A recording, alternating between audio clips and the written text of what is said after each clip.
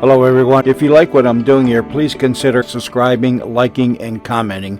It would really help the channel out quite a bit. Thank you very much. News Radio 78, WBBM, Chicago.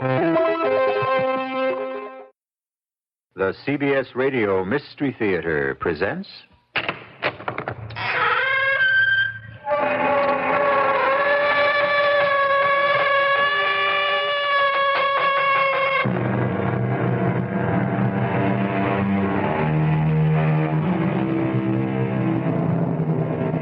Come in. Welcome. I'm E.G. Marshall. I embroider the world upon a loom. I decorate with dreams my tapestry. Here in a little lonely room, I am master of earth and sea, and all the planets come to me. The spinner of fancy, the weaver of dreams. Man was born to do and dare, and if he cannot do and dare while awake, then he will do and dare when asleep. And 1,000,000 years from now, will it have mattered much? And you believe that mumbo-jumbo fortune-telling nonsense? It's coming true. Oh, what's coming true? Her predictions. She said we'd be in the ocean. This is only New York Harbor. It's still part of the ocean. Yeah, she said we'd be on a ship. This is only a ferry boat. But it's still a ship. All right. She predicted fire. Where's the fire? The fire. Well. Malone! Malone, help me! Help me! What is it? What is it? I'm burning! I'm burning up!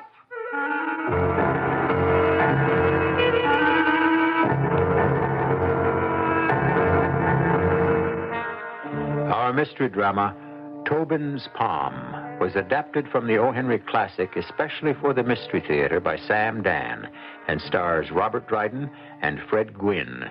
It is sponsored in part by True Value Hardware Stores and Buick Motor Division. I'll be back shortly with Act One. It is a magic moment. You are at your Buick dealers, about to drive home in your brand new Buick LeSabre. It's lean and trimmed, classic lines. It looks quite unlike any full-size Buick you can remember. You get in. A heady new car smell surrounds you. Your LeSabre feels the way it looks, tight. You turn the wheel a little. No wasted motion in this car. Big brushed metallic gauges look back at you. That V6 engine is doing great. You rub your hand on the seat. 6 people could be really comfortable in here. You swing into your driveway. Your wife, the kids, the dog, everyone but the parakeet descends in the car and gets in. Off you go to nowhere in particular. Life and your new LeSabre are great. Maybe the dog shouldn't sit on the seats.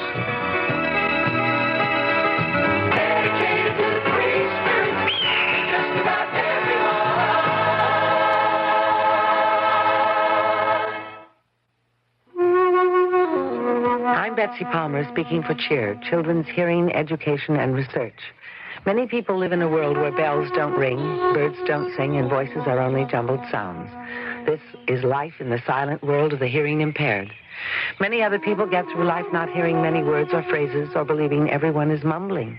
It's a tragedy when one is very young, as hearing is crucial to learning. 1 in 10 Americans have some kind of hearing loss. CHEER, founded in 1969, wants to help all these people, especially our children. More medical research is urgently needed to make this happen, but it can't be done without your help. Our national hearing problem is getting worse, not better. Noise pollution causes a lot of it that is a hearing hazard. Help CHEER support this research to break through the silence of deafness. For information, please write CHEER, Box 362, Yonkers, New York, 10704. This research provides hope for us all.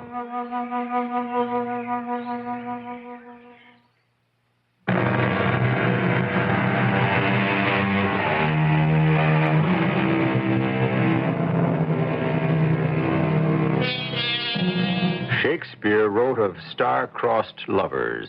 However, many of O. Henry's lovers only had their wires crossed. This was probably because neither the telephone nor the telegraph existed during the lifetime of the Bard of Avon. Well, whatever it is that crosses young lovers, ancient, medieval, or modern, it is the stuff of storytelling, and meat and drink to a storyteller like O. Henry. And since this is a story that deals with fate, irreversible, implacable fate, we shall ask the master himself to tell it. It so happens I'm part of the story. I'm a character in it. But I don't enter till pretty close to the end. And when I do, I won't know anything that's happened up until the time of my entrance. Furthermore, I won't even use my right name, William Sidney Porter, or even my legitimate alias, O. Henry. For reasons of my very own, I shall call myself Mr. Maximus G. Friedenhausman. Now, you remember that name, Maximus G. Friedenhausman. Well, however, too much explanation is like too much yeast in the bread or too much water in the bourbon. Now, let's get on with the yarn. Our hero is a young fellow named Daniel Aloysius Tobin, as bright and handsome a lad as was ever produced by the land of the green. But as we encounter him tonight in a Manhattan watering place, his true color is blue. Do my eyes deceive me, or is it Daniel Aloysius Tobin? Oh, leave me, Malone. Leave me. This is Daniel Tobin. This teary-eyed Hulk. This sad, lugubrious... Malone. Can this be Daniel Tobin of the sweet voice, the light heart, the dancing smile? I've lost her, Malone. Lost her. Lost who? Her? Is there more than one her? I've lost my own Katie Mahorner. Katie Mahorner? Katie Mahorner. My very own Colleen from County Sligo. What am I to do? I've lost her as she's lost me. Now, what am I to do? Why, find another man. Oh, no. Another like Katie? It happens every day. What happens every day? The story. What story? What story have we been talking about? The story of Katie Mahorner. Well, how could it happen every day? There's only one Katie Mahorner. Why, there's 100,000 Katie Mahorners. Now, how is that possible? That's because she isn't always named Katie Mahorner. Sometimes she's called Bridget O'Sullivan, or Mary Fitzgerald, or Maeve McCoy, or Annie O'Connell. What are you talking about? Ireland. Ireland? You're intoxicated. Katie Mahorner is Ireland. I'll take you home. Ask me why Katie Mahorner is Ireland. Why is Katie Mahorner in Ireland? Because, my boy, we've left her there. Well, of course I've left her there. Oh, we say to the Katie Mahorners, I shall go to America, where the streets are paved with gold, and there's not an English landlord to be seen, and I shall make my fortune. Then, Katie, my darling, I shall send for you. This is what you said to Katie Mahorner. This is what I said to Katie Mahorner. You and 100,000 other brave, bright lads as you took to the ships. But But what? it is not to be. What is not to be? The reuniting of the Daniel Tobins and the Katie Mahorners. Soon she's forgotten. I've never forgotten. Tobin, my lad, it's human nature. Out of sight, out of mind. Off with the old love and on with the new. I can never forget my Katie. And for your information, Katie left County Sligo 3 months ago. And what, may I ask, did she use for money? You hardly being in a millionaire class with Mr. Andrew Carnegie. She had $200 in her own savings and $100 from the sale of my own estate. An estate, was it? A fine little cottage in the Berkshire now. And she left for America. Well, I have a letter here from her mother stating the case. And what does the letter say? Well, I shall read it. Dear Daniel, my Katie has gone to America to become your bride. I had given her a piece of paper with your address in New York. But when I came home from seeing her off on the boat, I saw the paper still on the kitchen table. You know how forgetful Katie is. I hope she finds you. So, Katie's come to this country to find you. But how? Where? Her mother knew your address. She sent you the letter, so all Katie has to do is write home to her mother. But you see, she may not be able to do that. Not be able to write home to her mother? How is that possible? Malone, my Katie is a pearl, a jewel, a treasure. But she has this flaw. She can't remember. She can't remember what? Anything. A lovely girl, a diamond, Malone, but so forgetful. So it's possible she cannot write home to her mother because she's forgotten her mother's address. To forget the address of one's own mother, it's awful.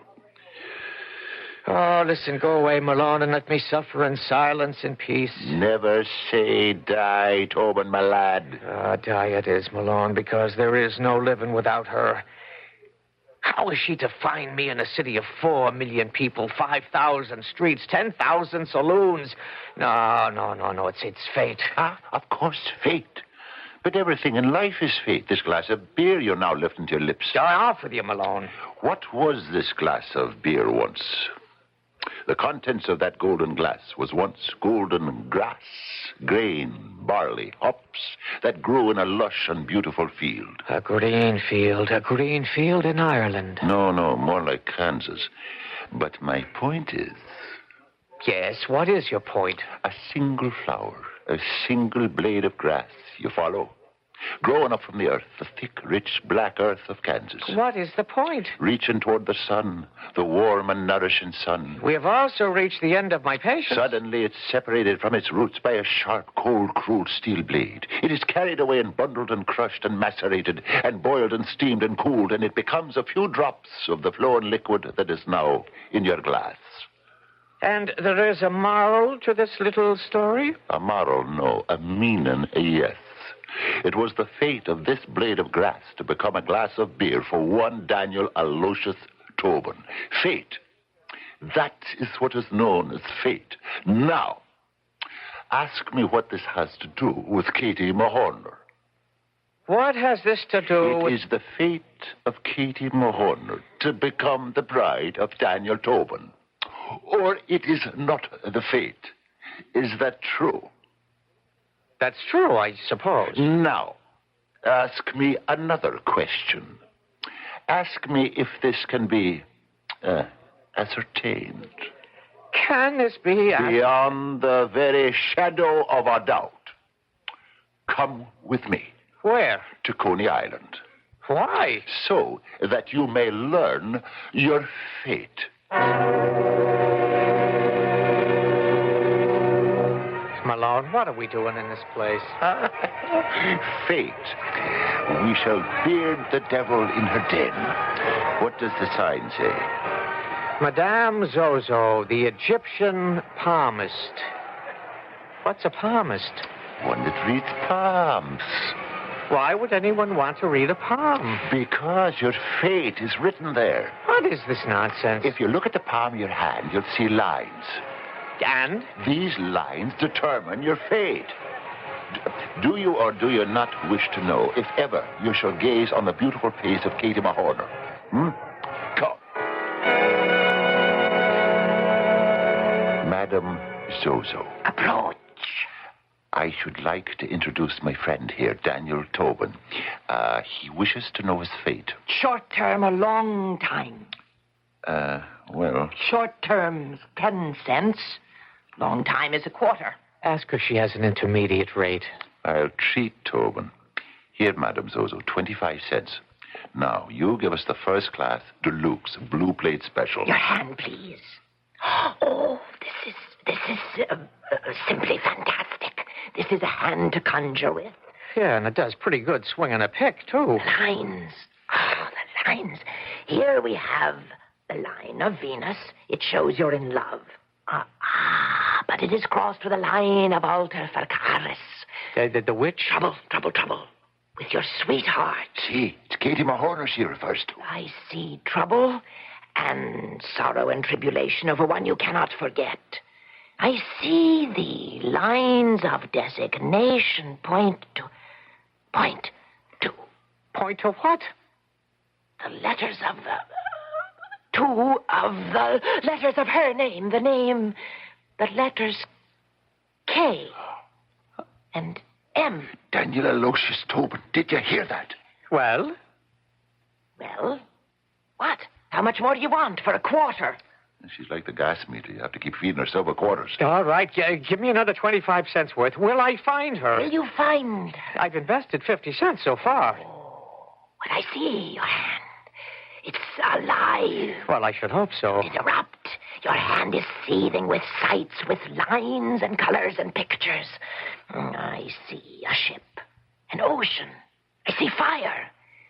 You will meet a fat man, a blonde woman. But will I meet... The blonde woman will bring you misfortune. They generally do. You will meet a man with a silver ornament and a man dressed all in black with a hammer.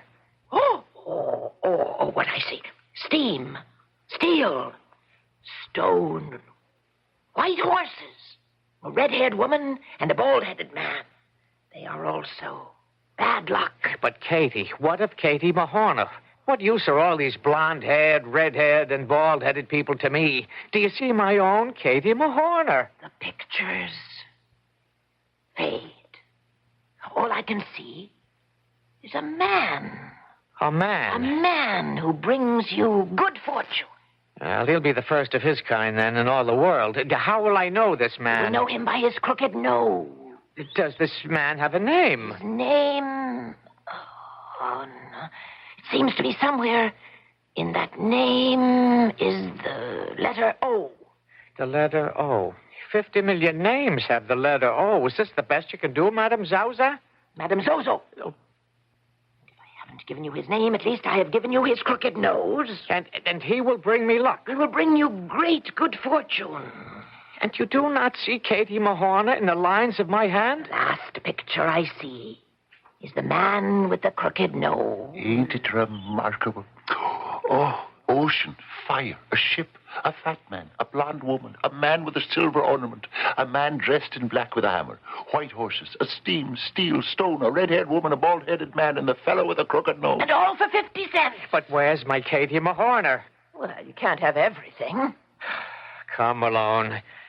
It's time we left this unfortunate city of Brooklyn and returned to civilization.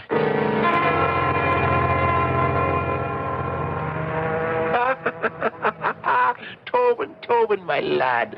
See, the prophecy is coming true. What's coming true, Malone? She said it. Madame Zozo predicted it. She said you would see the ocean. But this isn't the ocean. No? What is it then? It's the body of water that separates Coney Island from Manhattan. It's the ocean, the Atlantic Ocean, the self-same ocean that washes the shores of the County Sligo on the Emerald Isle. And this is a ship, just as she said. This isn't a ship. No. What is it then? A ferry boat. Any fool knows that. The ferry boat between Coney Island and the west side of Manhattan. Doesn't it have motors? Doesn't it have cabins?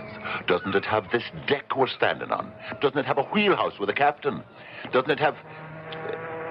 What, doesn't it have what? What are you staring at, Malone? Doesn't it have a fat man and a blonde woman? Where? Standing right there at the railing. The world is filled with fat men and beautiful blonde women. But Madame Zozo... Madame Zozo said there would be fire. Where's the fire? Yeah! Tobin! What? I'm burning up! Help me! I'm burning up! You were there. You heard the predictions. The ship, the ocean, the blonde woman, the fat man, the fire. And just like that, here they are. The future. Is the future spelled out for all to read in Daniel Tobin's palm? Well, I can predict what's going to happen in the next few minutes. Then I shall be back here with Act Two. How you apply paint is just as important as what paint you apply. So True Value hardware stores offer a complete selection of quality True Test painting accessories to help you get the best possible results from any painting job. Hi, Pat Summerall to tell you about True Test Orel paint brushes. Orel polyester bristles won't droop in latex paints, and they outwear ordinary bristles.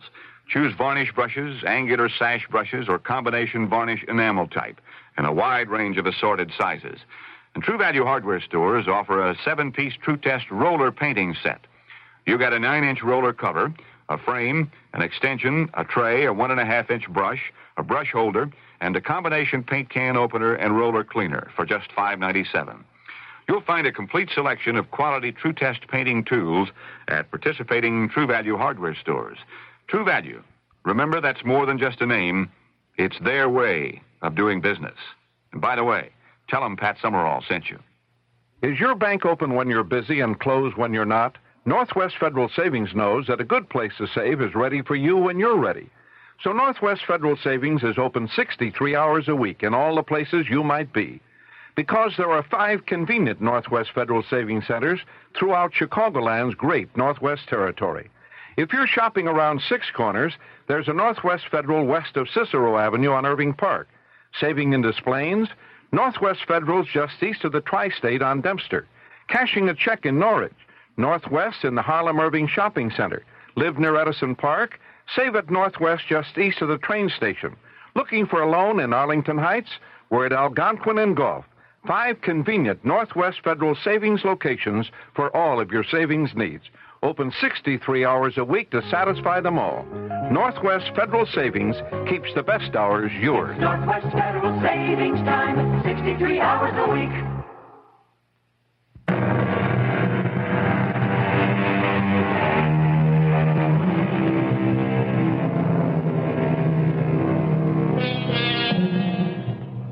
Poor, forgetful Katie Mahorner, beloved of Daniel Aloysius Tobin.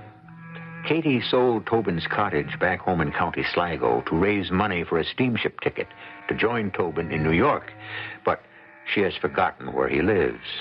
Will fate conspire to keep them apart or reunite them? Right now, Tobin is having troubles of his own.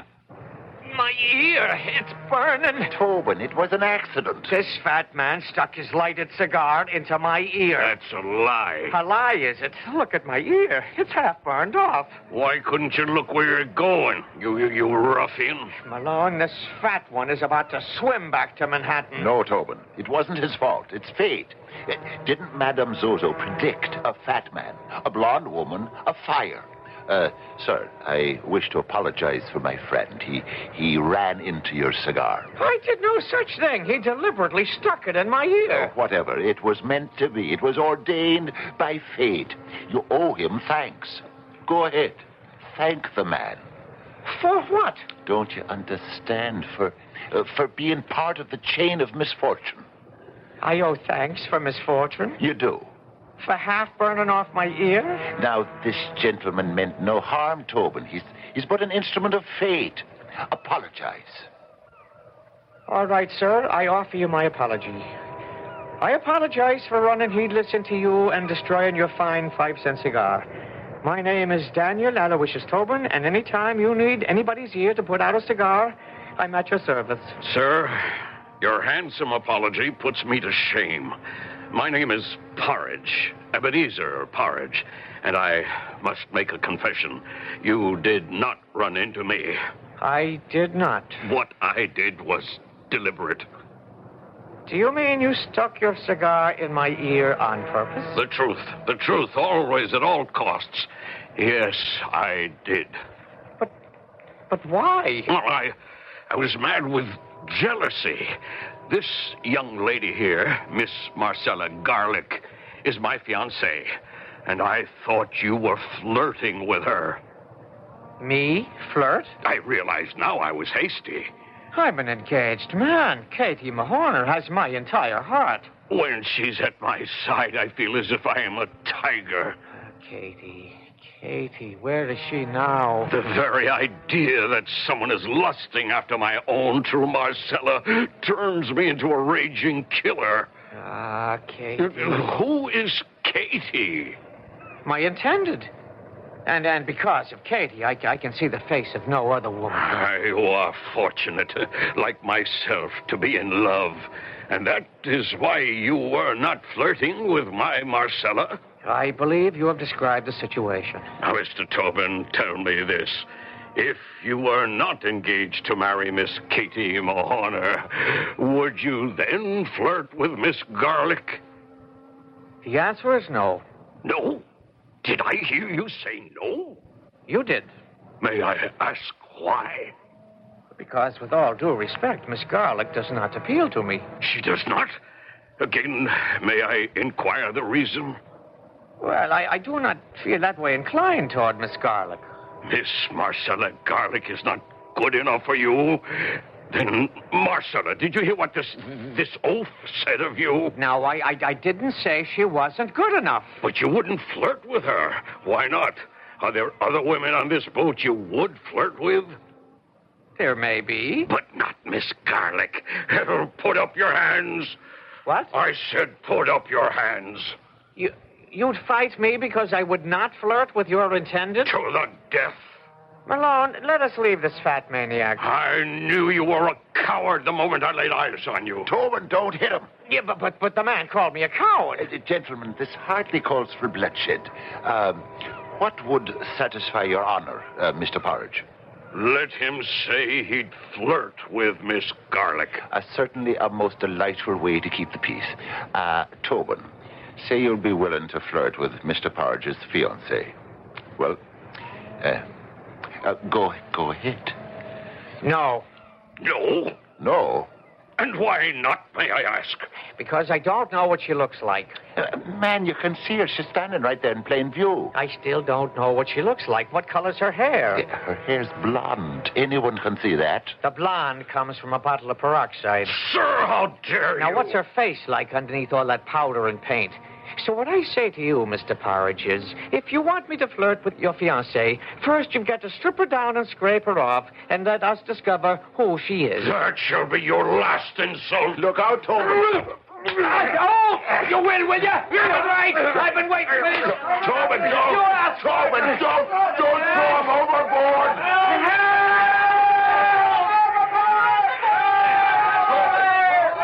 Tobin, you maniac. You maniac, you. Where are you going? I'm going in there after him. You fool, you can't swim. Somebody else will save him. Come on. Where? Where do you think? Down in the saloon deck, the other side of the boat. Let's get lost in the crowd. You can get 30 days for assault, man. Yeah, but he assaulted me. You threw him in the water. Come on, don't ask questions. There's a policeman coming this way. All right, come on. I know where to hide. It's no use, Tobin. Down these stairs. I know the head stoker on this ferry. He'll hide me in the engine room. You there! Whoops. Stand still in the name of the law! Oh, you can't escape. Well, have you lost your senses? I'm to be arrested. Even so, you must stand right here. I'll do no such thing. You must. I won't let you escape. John Malone, my best friend, are you selling me out? Hold on. There's no time. That policeman's almost here. I can't let you. Let go of me, Malone. The policeman. Look at the policeman. Remember what Madame Zozo said. You will meet a man with a silver ornament. She meant a policeman. See, his silver badge. Malone, if I go to prison, I'll never forgive you. What have I got to do with it? It's written in your palm. You there! You're under arrest! Now, officer, I was standing peaceful at the rail with my friend. That's what they all say. Don't fight it, Tobin, my lad. See the badge. What a beautiful silver ornament. Oh, how wonderful fate is working for you tonight. How marvelous. Is that a fact? I get my ear half burned off. Oh, it's not that bad. I'm placed under arrest like a common criminal. You'll be vindicated in the end, you'll see. Officer, I'm telling the truth. It was self-defense. Don't tell it to me. Tell it to the judge.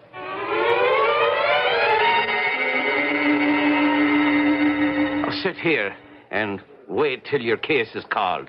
Well, what will happen to me? You won't be hanged, at least. I don't think so. Whatever happens, Tobin, my lad, happens because of fate. Fate? Yes, fate makes all the decisions, and it's fate that leads you towards Katie Mahorner. Is that the truth now? Or away from Katie Mahorner. Oh, you've always been a great comfort to me, Malone. 30 days. Next case. It's him. It's who? Judge Murphy. 30 days, next case. Well, what about Judge Murphy? All I can tell you is you're going to get 30 days. 30 days? But That's what he gives everybody. Doesn't matter what you did. You played innocent or guilty. When it's all over, he says... 30 days. Next case. 30 days? How can I go to jail for 30 days? The prophecy, the prediction, it's all coming true. Madame Zozo said there would be a man dressed in black. That's the judge in his robes with a hammer. See? It's his gavel. Oh, we should never have gone to that crazy Madame Zozo. It would have all come out the same way. This is your fate. How can you fight it? Cheer up, Tobin, my lad. I'm with you. I'm with you all the way. 30 days. Next case. That's you. What's the charge, officer? Assault, Your Honor. He threw a man off the Coney Island ferry boat. What's your name? Daniel Aloysius Tobin. How do you plead? Well, Your Honor, guilty. 30 days. Next case. But, Your Honor, I wasn't exactly guilty. Then do you wish to plead innocent? Yes, sir. Very well. 30 days. But, Your Honor, I have an explanation. No. What do you want to bother with that for? Isn't every American citizen entitled to habeas corpus or rigor mortis? I'll take it under advisement. What I did was for the man's own benefit. Is this going to be a long explanation? No, Your Honor. It's most unfair of you, Mr. Tobin. Look at the line of people waiting to be sentenced. Waiting for justice. We have to keep moving. Now, did you, or did you not, throw a man into the water from the Coney Island ferry boat? Yes, sir. But I had a good reason. What was it? To cool him off. Which is exactly what we propose to do for you. Place you in a nice cool cell. 30 days. Next case.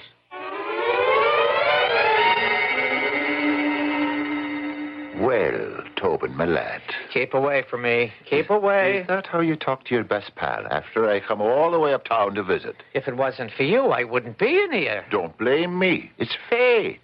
Besides, you'll be out in 2 more weeks. 2 more weeks? I won't live that long. Now, 2 weeks. What's 2 weeks? 2 weeks in Hades, Malone. That's what I face. It can't be as bad as that. Do you know where they put me, Malone? In the laundry. The steam laundry. Oh, the steam laundry. Why, that's marvelous. Oh, leave me, Malone, leave me. But don't you understand? It's bad enough I got 30 days in the steam laundry for assault, but if you say another word, I'll get the rope for murder. Don't you know what it means? Madame Zozo's prophecy is absolutely accurate, and it's on schedule. Everything she has predicted has come true in every detail. The ocean, the boat, the fat man, the blonde woman figure, the man with the silver ornament, the man dressed in black with the hammer. And now, steel, stone, which is the prison, and steam, the laundry. It's happening, Tobin. It's happening. What's happening? Fate. Fate should have to work in a steam laundry. And now, what's left? The red-haired girl. But Katie Mahorner does not have red hair. The red-haired girl, the bald-headed man, the white horses, and the man with the crooked nose. I tell you, Tobin, I can hardly wait. He'll have to wait, and so will we, for a few minutes anyhow, until we return with Act 3, which is where fate becomes final for everyone. Will Tobin be reunited with the beautiful, if somewhat forgetful, Katie Mahorner in the end? Don't place me in such a compromising position. You know I can't give away any secrets. I guess I'm lucky. My family's always been healthy. Oh, a touch of constipation now and then. But we've got X-Lax for that. When you need a laxative, shouldn't your first choice be the one more families buy than any other? That's today's X-Lax. Families like the chocolated taste. You like the way X-Lax works, gently overnight for relief in the morning. Next time, make gentle chocolated X-Lax your first choice for occasional use only as directed. We've always been healthy, and X-Lax is part of that. This is WBBM Chicago. Like father, like son doesn't always hold true today, especially when it comes to buying a car. Borg Pontiac Datsun in Downers Grove has a team of sales professionals. They know the only way to service today's customers, young or old, is to listen to what they want. Jerry Borg gives this example. I think this customer's letter about our Ray Trost shows what a good listener can accomplish. It reads, I've had good experiences in buying my last 2 cars from Borg. So when my son was ready for his first car, I naturally suggested your dealership. Ray Trost knew what he wanted, found him a great used car, and my son was extremely pleased. Just wanted you to know that Ray had no problem bridging the generation gap. His efforts are very much appreciated by 2 satisfied customers. Not all the letters are that flattering, but good or bad, they help determine how we do things at Borg. When the customer knows that he's bought the right car, he's happy, and that's the real job of a sales department. Borg Pontiac Datsun, 2300 Ogden Avenue in Downers Grove.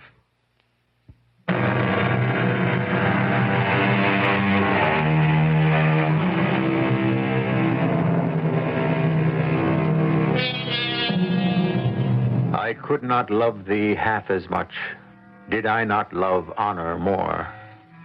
Yes, some of the most beautiful love poetry in the world has been written in prison. Daniel Aloysius Tobin, who is madly in love with Katie Mahorner, is also in prison.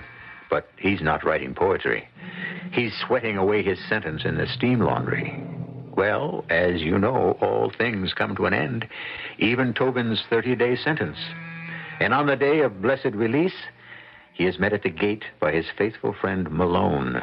Tobin, my good lad. You keep a safe distance away from me, Malone, or I shall not be responsible for my actions. Is this the way you talk to your best friend? What a sad, pathetic creature I am to have the likes of you for a friend. Come, Tobin, I'll buy you a drink. No, I want nothing from you. You shall introduce me to no further mischief. Aye, you're holding me responsible. Well, if it hadn't been for you, I would never have had my ear half burned away. An exaggeration. I served 30 days in the workhouse. Is that an exaggeration, too? Tobin, it's fate. Your fate is written in the palm of your hand. And now we must look for the red-haired girl. Which red-haired girl? The one Madame Zozo said we would meet. Remember? The white horses, the red-haired girl, the bald-headed man. No, I don't want to meet anyone else. But these are all the people who will lead you to Katie Mahorner. No. If fate decrees that I'm to meet Katie Mahorner, then I shall meet her without white horses and red-haired girls and bald-headed men. And men with crooked noses, don't forget. No. Now let me be, Malone. I shall go my own way to my own small room, and there I shall sit and wait. But you cannot avoid the rest of those people. They are already in your palm. Well, they will have to do the best they can without me. And Katie Mahorner. What will be? But? No, I'm going home. My mind's made up.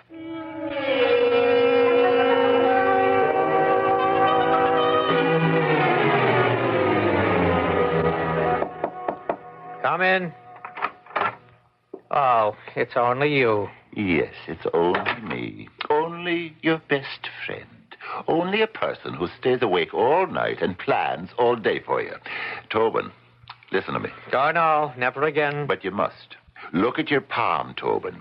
It's there. Every secret of your future is there. Then let it stay there. The game, Tobin, the game must be played out to the end. Who says so? Fate. Fate again? Not again, but still. Tobin, you're standing still, and your fate is standing still. It's of little matter to me. But don't you see, fate is being delayed, like a train being held in the station because the track is not clear. You must carry out the design of fate. You must have this encounter with the white horse, the red-haired girl, and the bald-headed man. All I want is my Katie Mahorner. But Katie is on the train. What train? The train of fate that is being held up in the station, and you're holding it up. Every time I listen to you... But it isn't me. It's all in the palm of your hand. Come, we can't keep Katie Mahorner waiting on that train. But we don't even know if she's on that train. Then, what have we got to lose? We? I'm with you, Tobin. I'm with you all the way. Oh, yes, the way you were with me for 30 days in the steam laundry. Tobin, she's waiting. Katie Mahorner is waiting.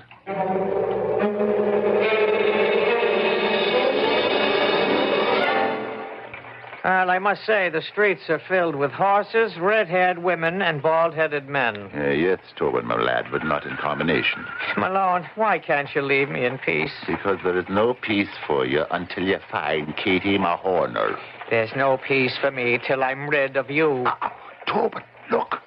There, across the street. Well? Sitting in that carriage, a girl. A beautiful girl with red hair. Oh, Tobin, can you mistake that flaming red hair? And the horses, white horses, 2 white horses. Now where's the bald-headed man? A man? A tall man is headed for the carriage. Is he bald? I don't know. He's wearing a hat. If he's bald, these are our people. Wait a minute, wait. He's stopping to chat with a lady on the sidewalk. He takes off his hat. Tobin. Oh, it's bald. Not a hair on his head.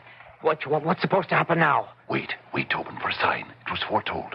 The white horses, the red-haired girl, the bald-headed man, they will lead you to a man with a crooked nose, who in turn will take you to Katie Mahorner. I don't believe a word of it. Wait. For what? Tobin, look, the horses, they've gone mad. They're gonna bolt. Tobin, you madman, where are you going? Easy there. Easy. Whoa. Easy. Whoa there, fellas. Everything's gonna be just fine. Whoa. That's it. That's it. Now, easy there. Easy. That's it. So how can and my daughter ever thank you. Oh, this brave man. My goodness, she's fainted. My name is Colonel Fenris. You must come home with me. Well, sir, we must discuss a suitable reward. You've saved her life. Well, anyone could have done it. Yes, but you were the one who did. Well, I was glad to have been of help. Where are you going? Come back here, sir. Stop that man. Hey! Somebody stop that man. He's running out the water. Tobin, you fool. Tobin, come back here. Wait here, Colonel. I'll get him for you.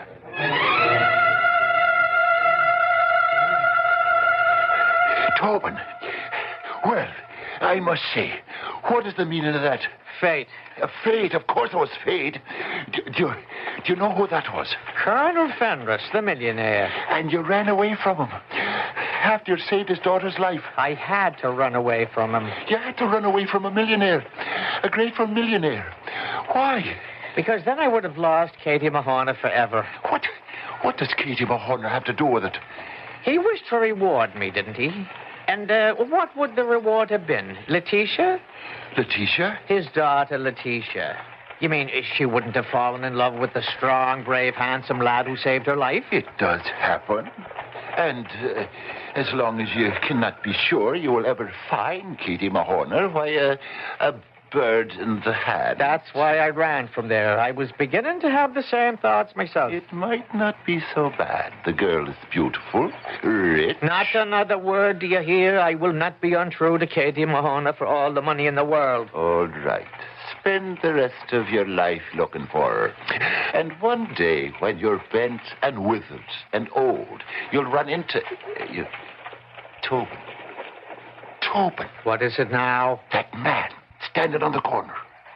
Well, what about him? A tall man, decently dressed? The nose on him, Tobin. The proboscis. It's crooked. Well, yes, that I admit. It makes two twists from bridge to end like the wiggle of a snake. He's the one Madame Zozo told about. Well, that he may well be, but I'll have no part of him. But Tobin, he's the end of the bad luck. There is no end to bad luck. I'll never find my Katie. Tobin, it must be played out to the end. Otherwise, you'll never know. All right. But this is the last of it. Well, good evening to you, sir. Good evening. Might I inquire as to your name? My name. It's Maximus G. Friedenhausman. Oh, that's a good size. Do you spell it with an O anywhere down the length and breadth of it? No. Do you see him alone? He's not our man. Sir, you are in the presence of myself, John Malone, and my young friend, Daniel Tobin. I appreciate the honor. Now, since I cannot conceive that you would hold a spelling bee on a street corner at midnight, would you name some reasonable excuse for being at large? Well, she said we would meet you. Who? The Egyptian palmist. And now you found me.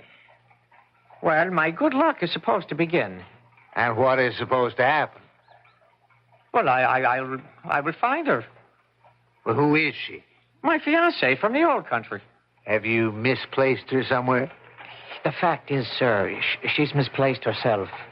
Tell me more about her. There's nothing to tell, and I can't waste any more of my time standing on a street corner with a gentleman as homely as yourself. But I must know about it. And what affair is it of yours? My walk in life is the literary.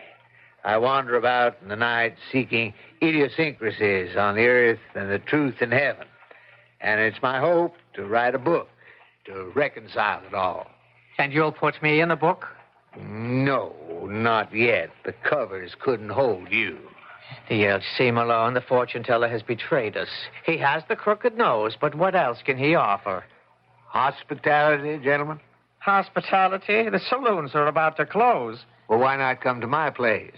It's just down the street. Well, no, thank you. Tobin, can we reject this gentleman's kind offer? A free meal? Is this the good fortune that was predicted? I tell you, the axe will fall. What axe? Very well. I've been burned, suffocated, and almost trampled to death. What could happen to me now? I see by the signs that my wife is retired, but the maid is up. So what do you gentlemen say to some fine cold fowl, a bottle or two of ale, some cheese? Well, I'll tell the girl to prepare it. You excuse me. These fellas who write, all they want to do is turn you inside out for their purposes. He seems pleasant enough. You want a book to come out exposing your innermost secrets? Not I. He won't get anything from me. And don't you say a word about Katie Mahoney, do you hear? I won't have her indecently exposed in some cheap book. But it may not be a cheap book. And besides, if she read it, she'd know you were looking for her. Hold on. Maybe this is how you find her. He writes the story. You hold on. If you so much as mention the name Katie Mahoney, I'll let go of my throat, Tobin. You promise? I promise. Well, gentlemen, I hope you enjoyed our little repast. Well, yes, thank you. And now I think we'd better leave. So soon. Well, thank you for your hospitality.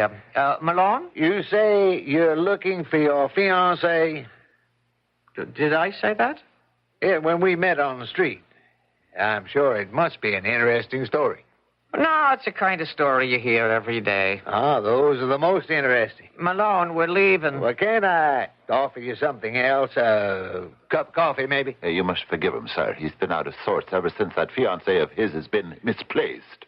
I would like to hear that story. Well, you won't. Are you coming, Malone? Are you sure you can't be persuaded to have a cup of coffee? No, we'd better leave him be. When he gets into this kind of mood, there's no doing anything with him. Very well. I'm sorry. Good fortune, she said. You'll meet a crooked-nosed man who'll bring you good fortune. Is this the good fortune? A cold chicken, a bottle of ale, a chunk of cheese? And a cup of coffee.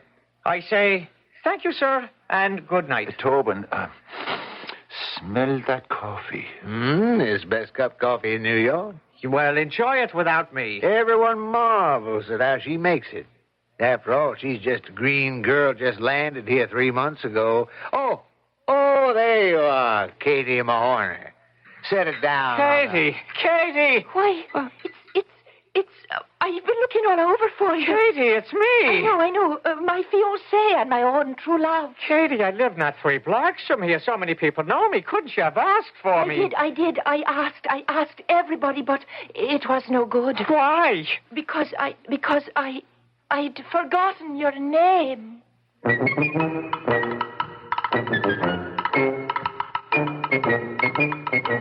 Now, what do you suppose that means? What does it matter? When O. Henry was writing, psychiatry had not yet been discovered. Well, yes, it had been. And the psyche, of course, has always existed. It's just that most people didn't pay very much attention to it.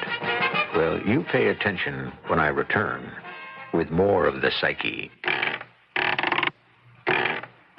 Do you realize you're slowly becoming part of the fastest growing minority in this country? What? Would you mind standing up for a minute? Huh? Hey, where are you going with my rocker? Are you willing to take old age sitting down? Sitting? You are going to be old someday, and you're going to have to face the same problems older people face today. What is this, some kind of joke? If you think it's funny now, wait a few years. I don't understand. The older you get, the fewer opportunities you'll have. You might even be deprived of your ability to make your own decisions. What can I do about it? Change your attitudes about aging. Try and imagine what you'll want to do, what you'll want to contribute. All right, but you didn't have to take my rocking chair to prove your point, did you? You have to get off your rocker and stand up. Stand up, or be prepared to sit back and rock your life away. Oh, I see what you mean. This message has been brought to you as a public service by this station, the Advertising Council, and the National Council on the Aging. Thank you.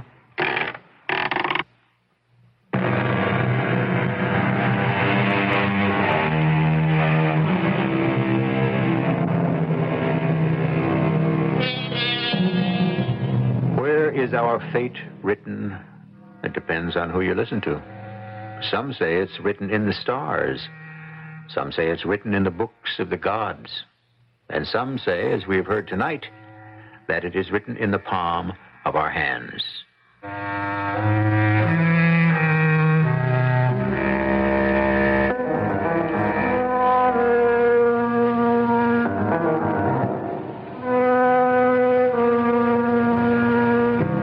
course, there are those who say it isn't written at all, by anyone, anywhere.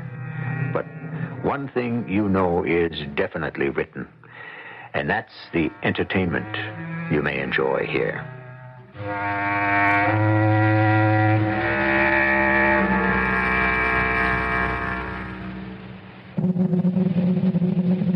Our cast included Robert Dryden, Fred Gwynne, Jack Grimes, Marian Seldes, and Gilbert Mack.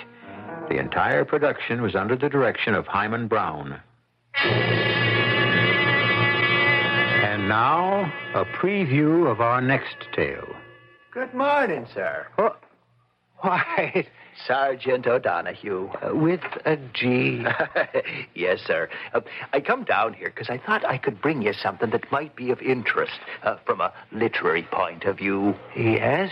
You remember, sir, it was just a week ago. This poor girl that done herself in. I wish I could forget. Well, it's happened again.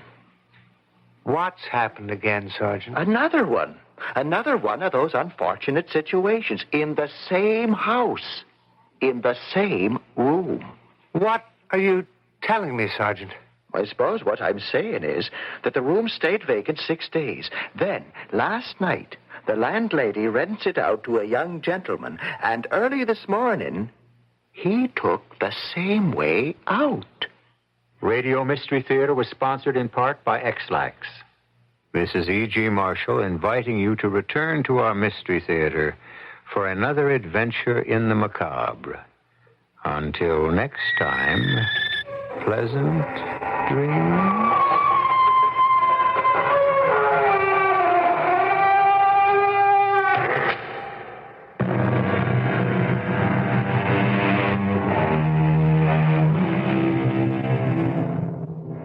For over 19 years, Arco American has been telling it like it is.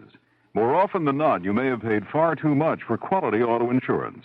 A survey published in the Chicago Tribune dramatically substantiates this claim by Arco American. The article states that you could save up to 75% in auto insurance premiums if you shop for them. Arco American has the time and knowledge to do that, and they're good at it. They're professionals with expertise to offer fantastic savings to the qualified buyer. Call ES9 4677 for your phone quotation. There's no obligation, and the savings could amount to hundreds of dollars for you. Remember the number, ES9 4677. At Arco American, all insurance plans are available with a low down payment and easy monthly installments. Arco, that's AARCO American, is open weekdays till 8 p.m. Let Arco American save you money on your insurance needs. Call ES9 4677. CBS News. Members of Congress praise President Ford for his State of the Union speech. This is Doug Poling reporting on the CBS radio network. Praise came from both sides of the aisle. Senator Frank Church, Democrat of Idaho, said it was well done and that Mr. Ford will be remembered for bringing the country together. President Ford indicated he might not be through with politics, and Senator Howard Baker, Republican of Tennessee, had some thoughts on Mr. Ford's future. There was a pretty clear indication to me that Jerry Ford doesn't intend to retire from political combat, and I, for one, am extremely glad for that. He has much yet to give for the public affairs and the public life of this country. I don't know, maybe President Ford will be a candidate for the nomination again someday. I'm not sure he meant that, but he might have. He certainly is young enough to do that and vigorous enough to do that. He came awful close to winning this election, and who knows what he meant, but whatever he meant, it signifies his active participation in Republican politics in the future, and I'm glad for that. In his speech, the president said that taken in sum, the State of the Union is good. He talked about his economic accomplishments. We have created more jobs, over 4 million more jobs today than the spring of 1975. Throughout this nation today, we have over 88 million people in useful, productive jobs, more than in any other time in our nation's history. But there are still too many Americans unemployed.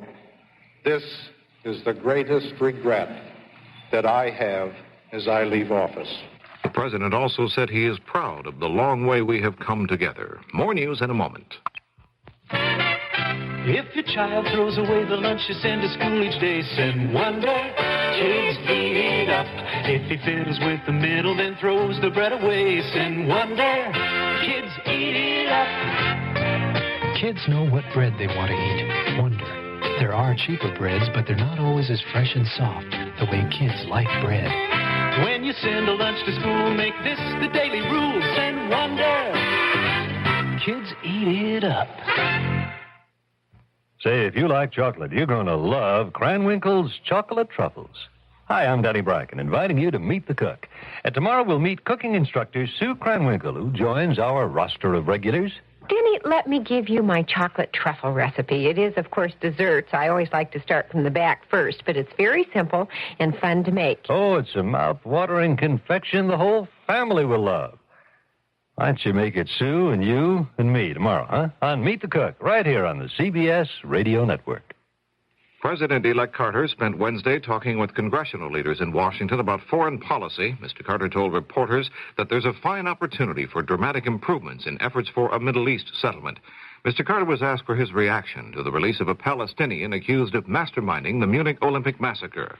I was surprised and very deeply concerned that the Spanish authorities that the French authorities released Abu Daoud in recent days. I don't know the background of it. I don't know where the final decision was made, but I am deeply disturbed and very much surprised that this man was released. In Israel Wednesday, several hundred people protested outside the French embassy in Tel Aviv, some threw eggs and tomatoes. In a move expected to further worsen relations with Israel, France has announced a major arms sale to Egypt. The French will sell the Egyptians 200 Mirage F-1 jet fighter bombers. It's a $4 billion deal. The President's Commission on Olympic Sports has recommended sweeping reforms in America's sports structure intended to improve the performance of American athletes. The Commission, in its final report, suggested that amateur sports have better organization, management, and funding if the United States wishes to reverse a trend of deteriorating showings in international competition.